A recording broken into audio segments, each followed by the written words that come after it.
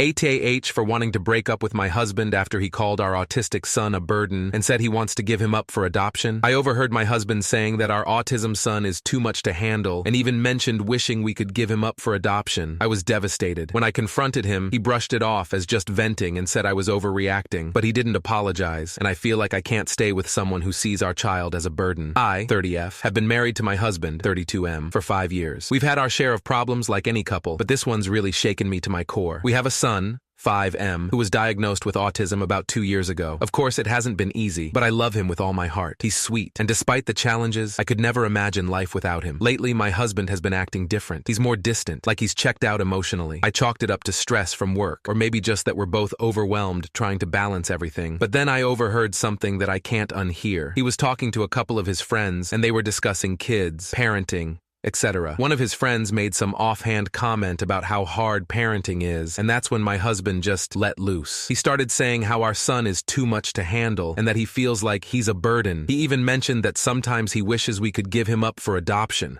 Like what? I couldn't believe it. At first I thought maybe he was just frustrated and saying things out of anger or stress, but he kept going. He wasn't just venting. He said he missed the freedom we had before becoming parents and that he thinks it would be better for everyone if we weren't stuck with this life. I was absolutely crushed. How could he talk about our son like that? I would never give up on him, not for anything. He's not a burden. He's a beautiful boy who just needs more understanding and patience. Hearing my husband say those things about him just shattered me inside. When I confronted him, he brushed it off, saying I was overreacting and that he didn't really mean it, that he was just blowing off steam with his friends. But how can I not take that seriously? He's literally talking about abandoning our son. He didn't apologize. He said he's just overwhelmed and feels like our son's autism is taking over our lives and that he doesn't know how much more he can take. But instead of working through it together, he's talking about running away from the problem. Now I'm stuck. I don't know what to do. I feel like I can't stay with someone who sees our child as a burden, but I also feel so torn because we're married, and I thought we'd always have each other's backs, especially when it comes to raising our child. But if he's really feeling like this, how can I trust him to be there for our son and me in the long run? I don't want to break up our family, but I also can't stay with someone who could even think about giving up our child. I love my son more than anything, and I will never allow that. So, ATAH for wanting to leave my husband after this? Should I be trying harder to work this out, or is it too far gone? Relevant comments. Commenter: caregiver burnout is a real thing. Take advantage of babysitters and respite care. Remember, you are more than just a pair of parents and act that way. With the emotional pressure cooker cooled down, he likely will re-engage with your son. Commenter: fact: children are a burden regardless of abilities. Some will require much more attention and sacrifice than others. Children are already a handful, so it's normal your husband is feeling overwhelmed because, by your own admission, your son does need more understanding and patience. Your husband is allowed his feelings, and we can't always control the way we feel about things. Just because he feels a certain way doesn't mean he doesn't love you or your son. Going to therapy is exactly that. Speaking out your mind free of judgment, venting, and finding a way to deal with your emotions in a healthy way. You both need couples therapy and a reliable childcare provider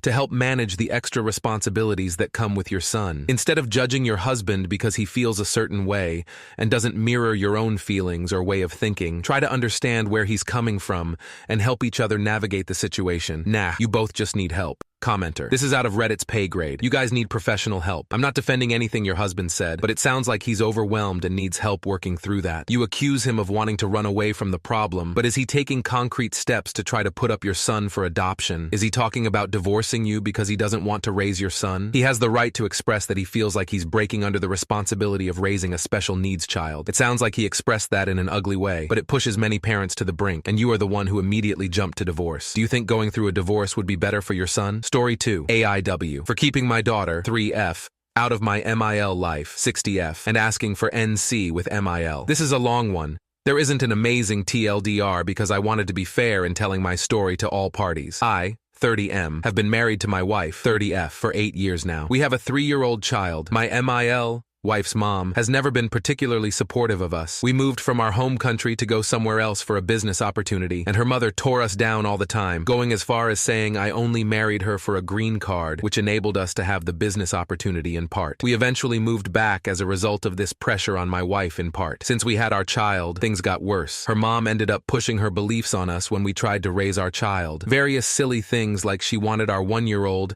at the time, toys that looked like food and could easily be choked on, or providing us a used, old child carrier which eventually snapped and broke. Fast forward a bit of me tolerating this sort of stuff but trying to set boundaries. My wife is not particularly good at communicating with her mother, and she has often told half-truths, that is claiming I don't let her do something or am not supportive about why, when in reality I will have said, "You're free to do whatever you'd like. I don't like it, but it's your choice," or "I'll help you out, but give me X days or time I need to do Y first." My mill took and takes these chances to support her daughter 100%, never seeing both sides. This culminated in her mother telling my wife she should separate and essentially divorce me, taking 50-50 custody. Yeah, 0-100 real quick. My mill pretended like they would like a Gilmore Girls lifestyle. When I asked my wife what triggered this, she told me it was because we were arguing about something, and she told her mom only half the truth of the argument, and realized had she told all her mom may not have said to separate. I got upset and said I'd rather her mom stay out of our lives for a bit. I had a work project for a few months and needed to finish it with specific deadlines. Her mom did not respect this whatsoever and pushed regularly to involve herself in our life and our daughters, and continued to speak ill of my family and me. My family has only ever supported my wife monetarily and emotionally. They've frankly seen both sides of arguments or supported my wife in telling me to do X or Y more often for her or us as a family. Eventually, I got fed up and emailed her mother, with my wife reading and approving of comments in the email. Though I said I would email regardless, I gave her the opportunity to edit, and she did. One day stating essentially, "Leave us alone, you've done nothing but harass us. If you want to be in our lives, stop. Apologize to me, my side of the family, and show you care. My family gave us thousands in support. Why don't you do the same or something to show you care about us as a family, instead of just wanting to take my wife and child away from me?" Her mother exploded and framed it to the nearest members as though I was abusing my wife. She contacted my wife at all hours, who told her she was at work and would get back to her. The problem with the above was my wife had been lying to garner sympathy from her mother that she had quit her job, when she had not in fact done so. Her mother then called the police, claiming I had been abusing my wife and daughter. The police left after realizing it was a bogus report. Together, and with the consent of my wife, we called the mental health helpline to have her mother checked on, because to us, this was not normal behavior. She made no attempt to call or video call my wife at her work whatsoever, just suddenly police and abuse claims. The claims distracted me from some work over the next few days, and I fucked it up, causing me some lifelong issues with an important client. I should have blocked my emotions out more, I suppose. Later, her mother made more false claims to her, that she did not do this, i.e. she didn't tell cops it was abuse. They suggested it was abuse, or I was lying, etc. My wife cut her out for a short time, but she stalked her at our daycare and then begged her to talk to her again without my knowledge. My wife did and lied to me for an extended period of time. She behaved oddly regularly too. Various things like complaining I was not supporting her, when that is, I would make her dinner, buy her things, listen to her about work, helped with our daughter, or offered to do a variety of other things to just be a supportive spouse overall. Eventually, this culminated into a large argument where my wife claimed I was making the entire police story up, that they had come and hadn't said any of that, and her mother basically just told the cops to come say,